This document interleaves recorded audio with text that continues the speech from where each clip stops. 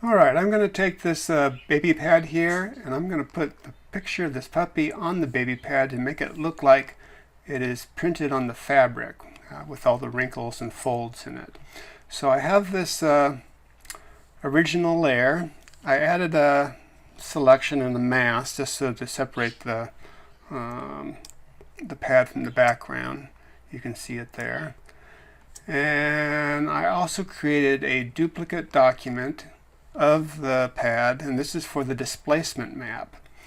And this I turned into a smart object so we can adjust it and readjust it without any problems. For a displacement map, neutral gray does not move the pixels, black moves in one direction, and white moves in the other direction. So I want to make this a little more between neutral gray.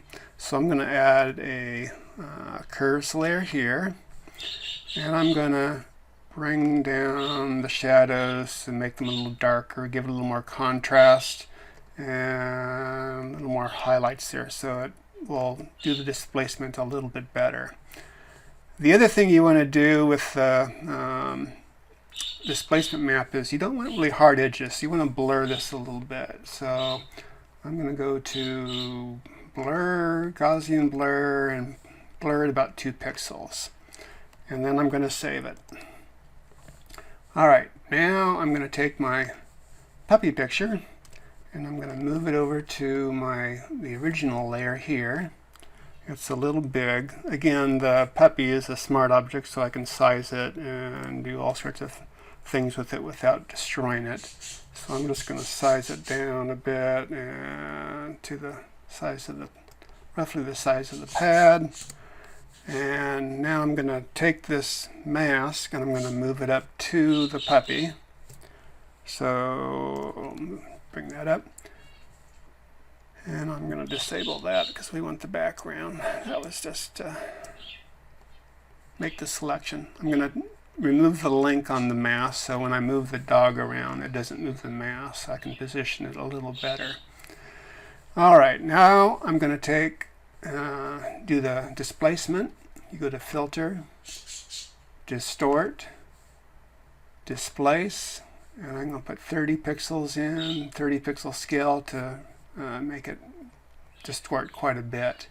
Say OK. It'll ask me for the displacement map, and here's the pad displacement file that I already saved. Say Open, and you can see how it distorts the image all up here where the pad is. It kind of turns it around or bends the pixels to make it conform to the shape of the pad. But it needs a little more here. It needs some little shading on it. So what I'm going to do is I'm going to take this layer, I'm going to duplicate it and move it above the dog. I'm going to change the blend mode to overlay. Oops, overlay.